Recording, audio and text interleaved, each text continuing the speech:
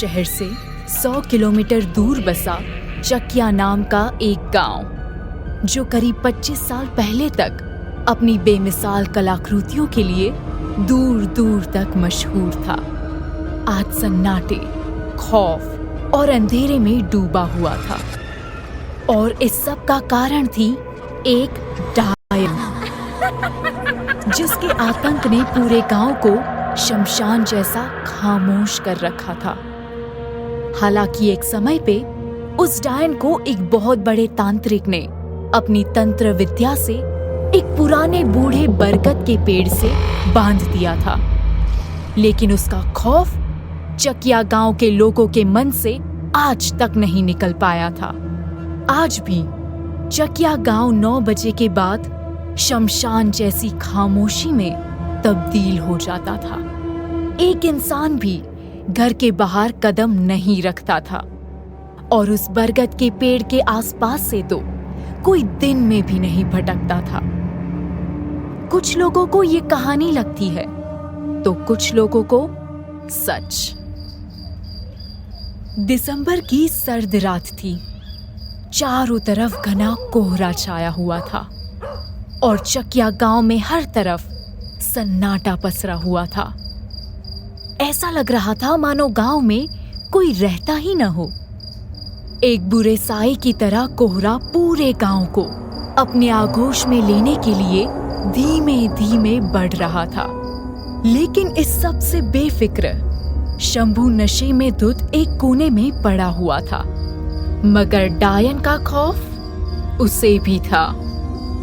नशा कितना भी हो जाए, लेकिन शंभू गलती से भी बूढ़े बरगद के पेड़ के आसपास नहीं भटकता था।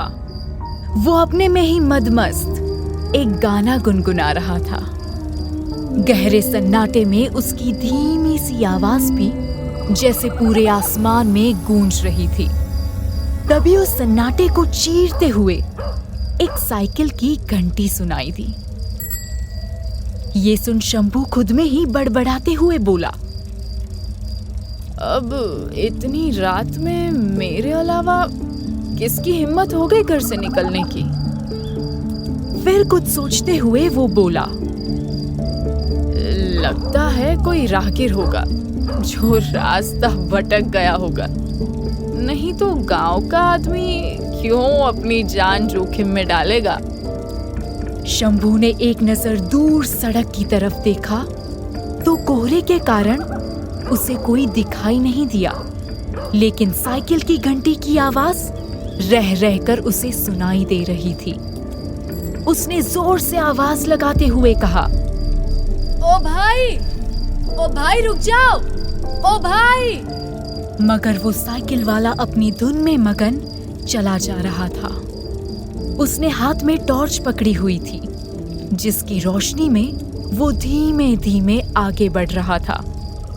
और देखते ही देखते वो उस कच्चे रास्ते की तरफ बढ़ चला, जिस पर चलने की हिम्मत चकिया गांव के किसी भी इंसान में नहीं थी, क्योंकि उसी रास्ते पे था वो खौफनाक बरगद का पेड़। शंभू समझ गया कि इस आदमी ने गलत रास्ता चुन लिया और ये अपनी मौत को दावत देने के लिए आगे बढ़ रहा है। शंभू हैरान परेशान सा चिल्लाते हुए बोला, ए भाई, उस रास्ते पे मत जाओ, उधर खतरा है, ए भाई। लेकिन वो साइकिल सवार तेजी से आगे बढ़ता हुआ चला गया, मानो उसे कहीं पहुंचने की जल्दी हो। शंभू का डर के कारण नशा उतर चुका था। वो जैसे तैसे अपनी जगह से उठा और उस आदमी को रोकने के लिए लड़खड़ाते हुए आगे बढ़ चला। डर से शंभू की भी हालत खराब हो रही थी।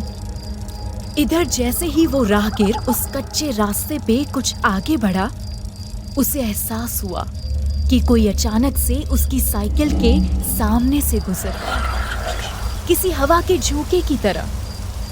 उस आदमी ने अपनी टॉर्च एक बार इधर उधर घुमाई, लेकिन उसे कुछ दिखाई नहीं दिया। उसे अंदर ही अंदर थोड़ी घबराहट महसूस होने लगी। उसने साइकिल की रफ्तार बढ़ा दी लेकिन कुछ कदम आगे बढ़ते ही अचानक से साइकिल की चेन उतर गई। चेन उतरने की आवाज से उस आदमी का दिल जैसे बैठ सा गया। वो तुरंत ही साइकिल को स्टैंड पे लगा करके चेन चढ़ाने लगा, लेकिन डर और घबराहट के कारण चेन चढ़ भी नहीं रही थी। तभी उस आदमी को एक बार फिर कुछ आहट सुनाई दी, जैसे कि कोई उसकी तरफ धीमे कदमों से बढ़ रहा हो। उस आदमी की सिट्टी पिट्टी गुम हो गई। अचानक कोहरा थोड़ा थोड़ा छटने सा लगा। उस आदमी ने तुरंत ही टॉर्च की रोशनी एक तरफ डाली तो सामने एक भयानक सा साया दिखाई दिया। वो साया उसी बरगद के पेड़ का था, जो दिखने में जैसे सदियों पुराना था। उसकी लंबी लंबी शाखाएं जमीन तक फैली हुई थी और रात के अंधियारे में वो पेड़ किसी भयानक राक्षस जैसा नजर आता था, जो किसी को अपनी जड़ों में लपेट के कच्चा निगल जाए। उस आदमी का पूरा शरीर कांपने लगा और वो मन ही मन भगवान का नाम जपने लगा। इस बरगद के पेड़ के रहस्य के बारे में शायद उस आदमी को अंदेशा नहीं था, इसलिए उसने इस रास्ते पर अपने घर जाने का शॉर्टकट समझते हुए साइकिल मोड़ दी थी। उसे नहीं पता था कि ये शॉर्टकट उसकी जिंदगी का सबसे खतरनाक सफर बनने वाला था। किसी तरह उस आदमी ने साइकिल की चेन चढ़ाई और जैसे ही जल्दबाजी में वो थोड़ा आगे बढ़ा, तभी उसके कानों के एकदम पास एक मीठी सी आवाज गूंजी। कहाँ जा रहे हो? उस आवाज को सुनकर राहगीर एकदम ठिठक सा गया और साइकिल की ब्रेक दबा दी। वहीं दूसरी तरफ शंभू गिरते पड़ते किसी तरह उसकी तरफ बढ़ रहा था और मन ही मन बड़बड़ा रहा था, बस वो राहगीर उस बरगद के पेड़ के पास ना रुके और अगर कोई आवाज दे तो पीछे मुड़ के ना देखे, वरना अनर्थ हो जाएगा। वो डायन के कोप से नहीं बच पाएगा। इधर सब कुछ उल्टा हो रहा था। राहगीर अपने पीछे से आई मीठी सी आवाज सुन के पलटा, लेकिन उसे कोई दिखाई नहीं दिया। वो हैरानी से इधर उधर देखने लगा। डर के मारे उसकी सांसें तेज गति से चल रही थी। तभी कुछ दूर पेड़ के पास से फिर से वही मीठी आवाज आई, बिट्टू मेरी बात तो सुनो। इस बार आवाज लुभावनी और किसी को भी मदहोश कर देने वाली थी। अपना नाम सुन वो आदमी चौंक गया, क्योंकि उसके हिसाब से चकिया गांव में शायद ही कोई होगा जो उसको या उसके नाम को जानता था। वो उस आवाज की तरफ बढ़ा, तभी एक हवा का झोंका आया और कोहरा पूरी तरह से छट गया। अपने सामने का नजारा देख उस आदमी की आंखें खुली की खुली रह गई। उसका दिल मचल उठा और धड़कन बिजली की रफ्तार से बढ़ गई, मानो उसने कोई अप्सरा देख ली हो। उसके सामने एक बेहद खूबसूरत औरत खड़ी थी, जिसने एक चटक लाल रंग की साड़ी पहन रखी थी। उसके लंबे घने बाल कमर तक लहरा रहे थे। घूंघट से आधा ढका उसका चांद सा खूबसूरत चेहरा, माथे पे लाल बिंदी, काली खूबसूरत बड़ी बड़ी आंखों में गहरा काजल। उसकी सुंदरता पर 4 चांद लगा रहे थे। राहगीर को समझ नहीं आ रहा था कि ऐसे सुनसान अंधेरे रास्ते में ये औरत यहाँ क्या कर रही है और वो उसका नाम कैसे जानती है। मगर इन सारे सवालों पे भारी पड़ रही थी उस औरत की मदहोश कर देने वाली खूबसूरती। तभी उस औरत ने बड़ी मीठी आवाज में कहा, बिट्टू देखो ना, जाने कैसे मेरी साड़ी का हिस्सा इस पेड़ के धागों में फंस गया है। क्या तुम इसे निकाल दोगे? बिट्टू जैसे उसके रूप को देखकर एक मोहपाश में बंध गया था।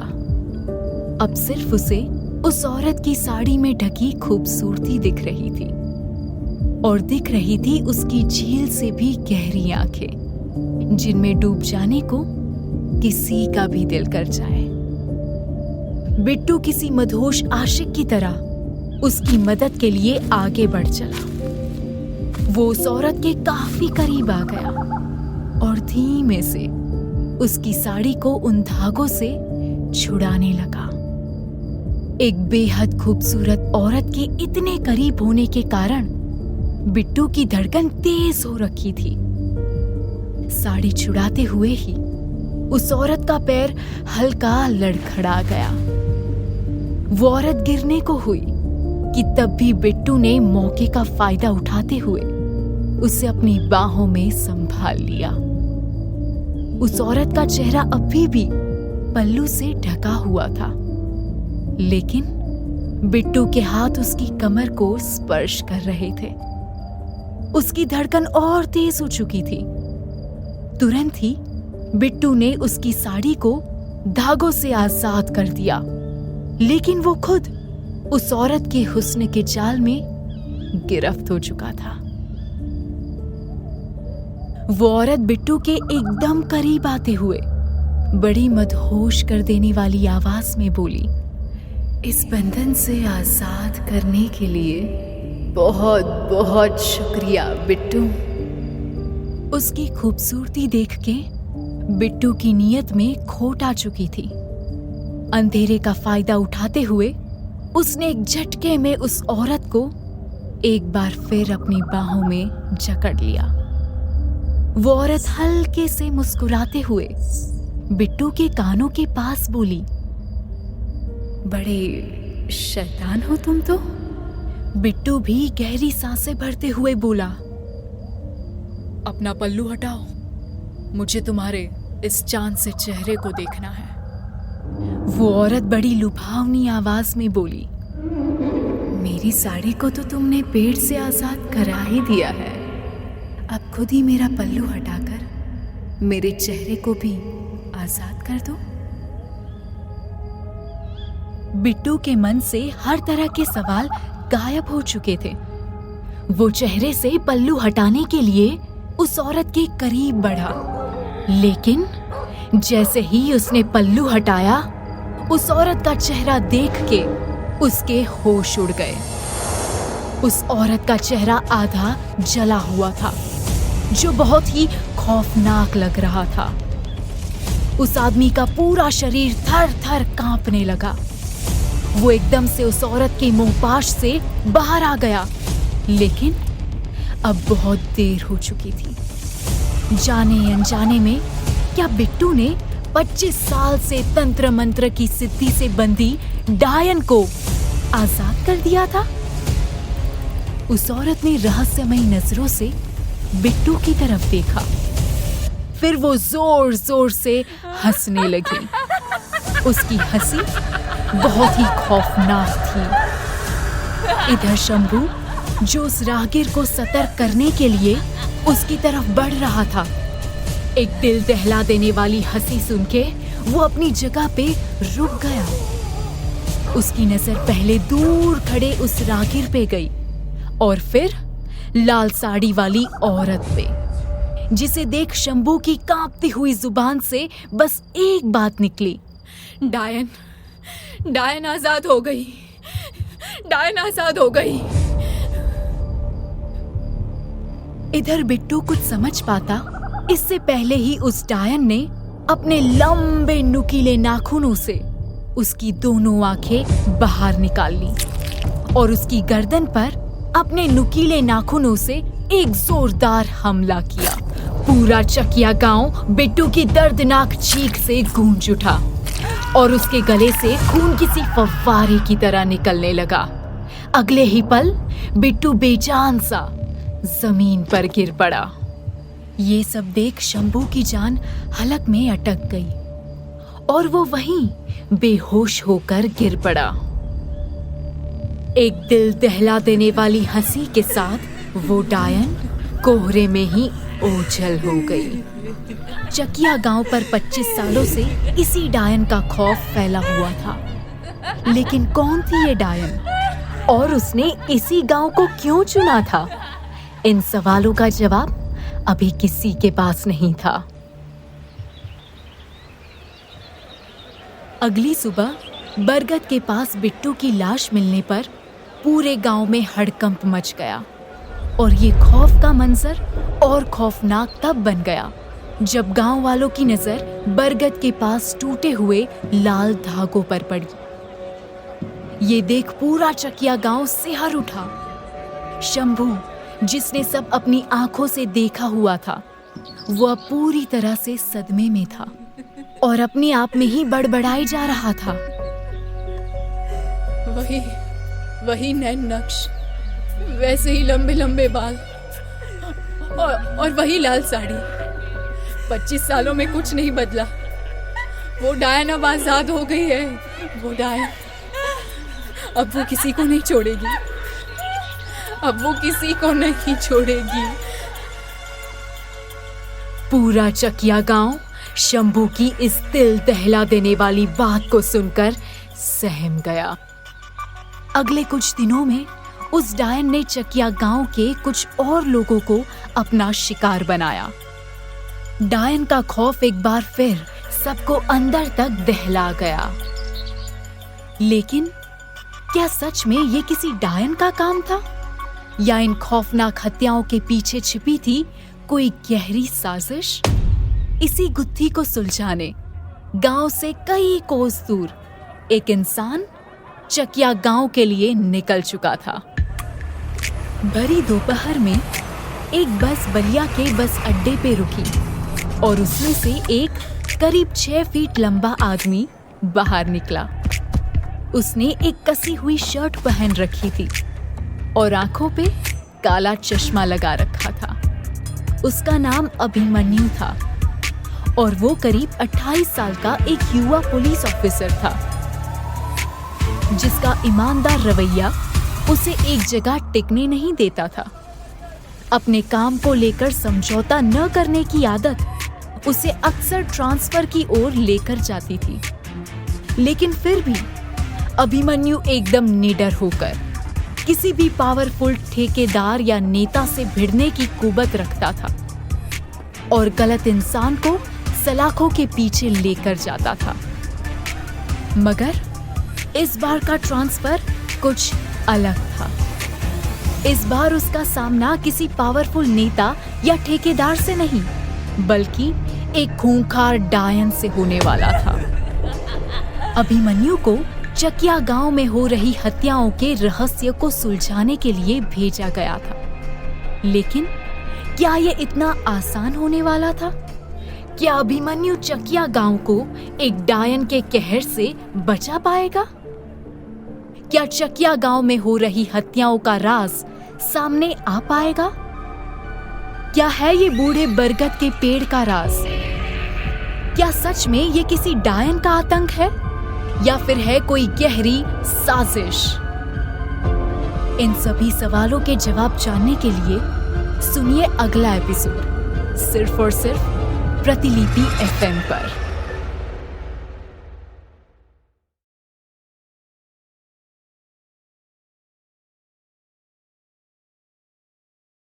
पास से तो